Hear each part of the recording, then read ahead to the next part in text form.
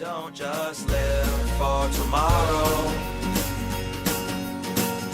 or just live in yesterday. Just be glad for all you have that's in today. And though you've come through many obstacles. Hey everyone, Connie here, and welcome to my blind reaction to The Owl House, Season 2, Episode 4. So, I'm recording this on Sunday. I'm still in my church outfit. I decided to wear this for this video and everything, and another thing or two I was recording. But yeah, all of yesterday, all of Saturday, I was waiting for this episode. I kept checking in, and I kept getting paranoid. Like, check in, you gotta check in, gotta check in, gotta check in to make sure it's coming out. I mean, I knew it was coming out, but you know what I mean, to actually get it, to download it. And it's just like, that happened last week too, and it's like, I'm just like, I want to avoid spoilers.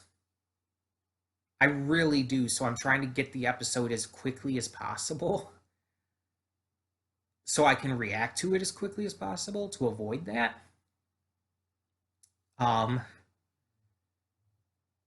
And I'm maybe having a little bit of anxiety over like being spoiled before I can get to it. But I got to it. And it seems like it comes out like sometime after midnight going into Sunday, usually, based on the past two at least. Episodes 1 and 2, I think, were put up early because they had like an early showing or something. I don't know. But yeah, based on episodes 3 and 4, that's what it seems to be like. So I don't know. I might be able to continue getting to them on Sundays, but with my church opening back up full time, I might not be able to get to them until Mondays for the most part. So I'm just gonna have to do my best to avoid all spoilers I can. That being said, last episode we got a lot of stuff with King, and we found out there's clearly much more going on here than we were initially privy to. King is not an actual king of demons, but he might be a prince. In fact, I'd say it's very likely that he is. And I still have my theory that he might be the real rightful ruler of the Boiling Isles. And I'm really, really genuinely excited to see where this plotline goes.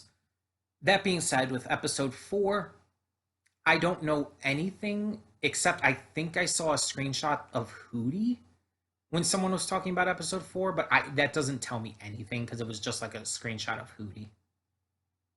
And it's like Hootie's in almost every episode, so if not every episode, I don't know. He might be in every single one. So it's not really a surprise or anything. But yeah, I don't know anything about what the plot of this episode is, because unlike some people, like, I don't look at things ahead of time. I know some reactors like to look at the what's it called? God, what is it called? Synopsises for the episodes, the titles and synopsises. I don't understand why some reactors like doing that. Like, reviewers, that's one thing. But if you're a reactor, it's like, why? Doesn't that kind of spoil the fun for you of like of reacting, of experiencing it blind? I don't know. That would spoil the fun for me, like, extremely much. That would basically make reacting pointless in my eyes. Reviewing, on the other hand, is a different story. If you're a reviewer, that's fine. That's one thing. But yeah. I just don't like it when reviewers spoil in their reviews, like, oh, next week's episode is going to be about this. It's like, don't tell me that. I don't like when reviewers do that. That irritates me, because some people who watch your reviews might want to remain spoiler free.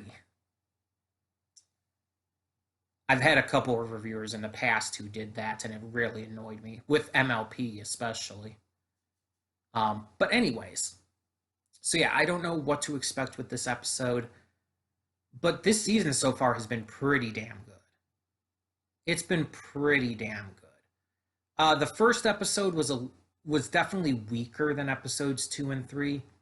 But it was just the first episode back, and it just had to kind of bring us back into the series in a good enough way. And it was still good. It was just notably weaker than episodes 2 and 3 ended up being. I mean, episode 2 like made all the hearts aflutter, and episode 3 was just so damn powerful and like story driven and important. So it's like, yeah. But either way, we're just going to get into this, hope for the best with the episode, and see what we've got in store for another week of the Owl House. So when the screen fades to black, pause this redirect and go to the description below. Follow the link to the reaction, and after you watch it, come back here to the redirect and resume play. Because after it fades to black and then fades back in, everything from that point forward will be my afterthoughts and will contain spoilers to the episode. So, that being said, thank you so much for tuning in, and I will see you at the reaction. And we are back, and we'll begin with spoilers in 3, 2, 1, now.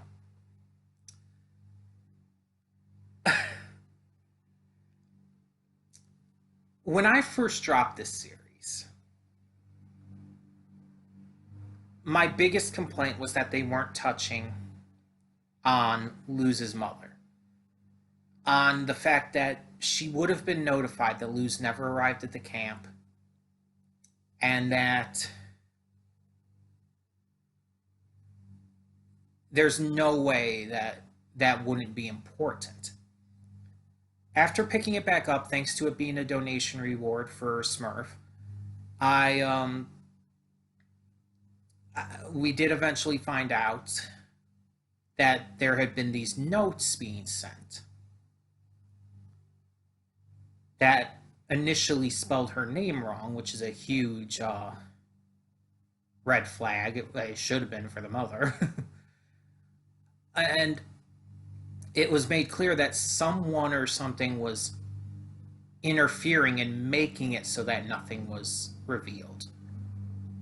And now we have this.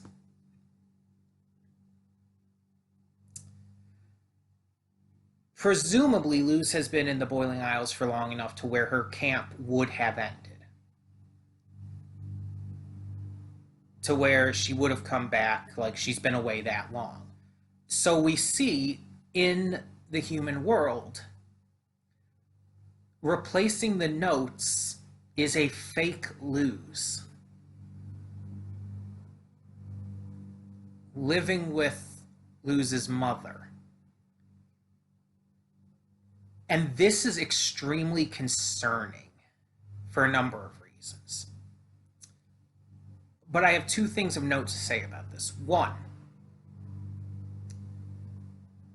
the fake Luz has to be convincing enough to trick the mother. There's no way that she would fall for it otherwise. Which means that whoever or whatever is doing this has to know what Luz is like. And has to be doing this for a reason. It doesn't look like anything actually threatening is going on yet that we can tell, but just the very concept of this is threatening. So who knows where this is going to go. 2, I don't know how much into like real life mythologies and stuff that this is going to go, but my instant thought goes to a creature called the Changeling. Not like the Changeling in MLP, but this version of a Changeling is a shapeshifter that takes the form and replaces children, specifically.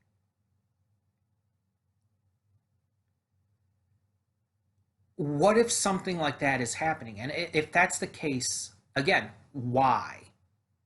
What is the reason? Is Emperor Belos behind this? Is it something else? What is going on? I feel like this is really big. Really big. Like, this isn't going to be just like some kind of wave off thing like, oh, we're going to have an episode with a again, maybe a changeling or something like that. Um, and it's just going to be like a little one-off enemy. No, I think this is a very big thing. With that kind of reveal, it's got to be a massive deal. But moving on into the rest of this episode. So this episode focuses heavily on the curse. And there's a couple things to note here. I want to mention first, Lilith gets to experience the curse in this episode, and this is big and important. Because ever since taking on half of the curse at the end of season 1, this was something that I've wanted to see. Lilith experience this and really understand what she ended up putting her sister through. And I do believe that Ida understood or rather, Lilith understood to a point the pain and suffering Ida went through. But getting to experience it firsthand like this would give you, without question, a different perspective on it. And so I wanted to see this. But with the curse being split, I also understood that it might not be too quickly. Because, as was explained in this episode, they have been able to stave it off a lot easier because it's split between them now. However, we see in this that Lilith starts to show signs of the Owl Beast coming forth, and it's freaking her the hell out. She's not handling it well, which, fair. And she understands that that's fair. And she understands now what she's put her sister through. Luckily, Ida's already forgiven Lilith well into the past, so we're all good there. But we could see that Lilith still holds kind of that resentment over what she did. And she always did, obviously, but still. But we also get some history in this episode, learning that about Ida and Lilith's mother and how she, while having the best intentions, went about it the wrong way to try and heal Ida. Because of the way she spoke as well, Ida always looked down on this curse and looked down on herself because of it, and it formed a rift between them. And in the meantime, because of this curse especially, their mother put so much focus on Ida that she began to neglect Lilith.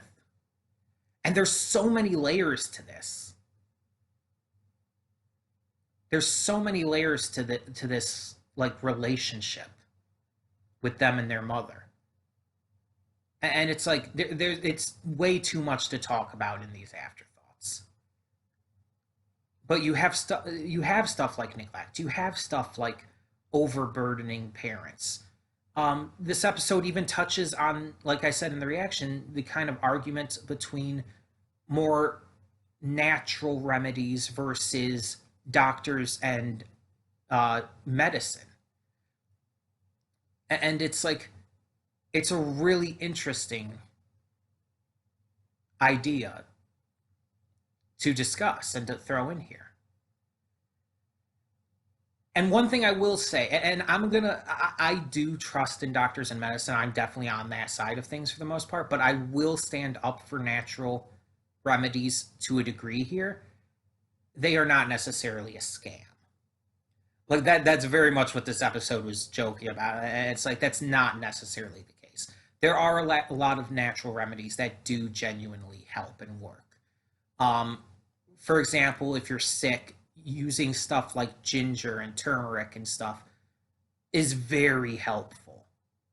Believe me, I've experienced that firsthand. It very much helps.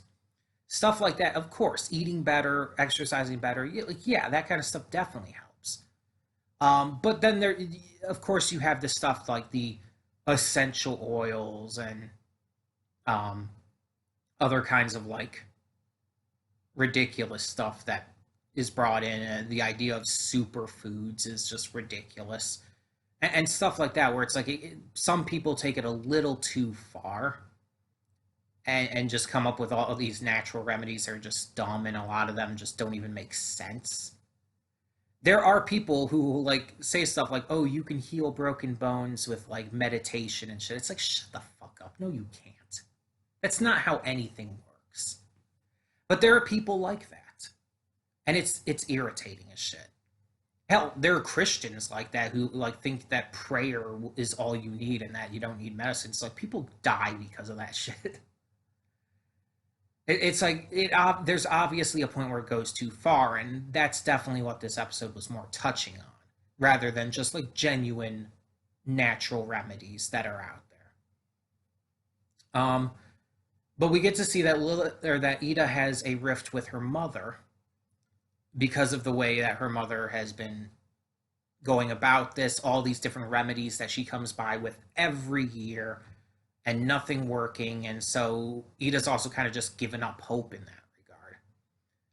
But through this all, and through Lilith just kind of having an anxiety and panic attack over just her mother being back and everything, having not seen or spoken to her in years and years and all that because of that neglect.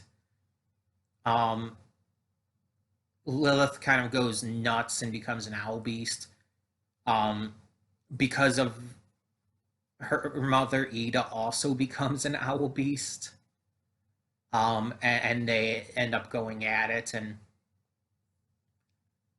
thanks to some help from Luz as well, their mother realizes what she did was wrong, and she makes up with them. And they actually do make up. They genuinely do come to better terms with each other.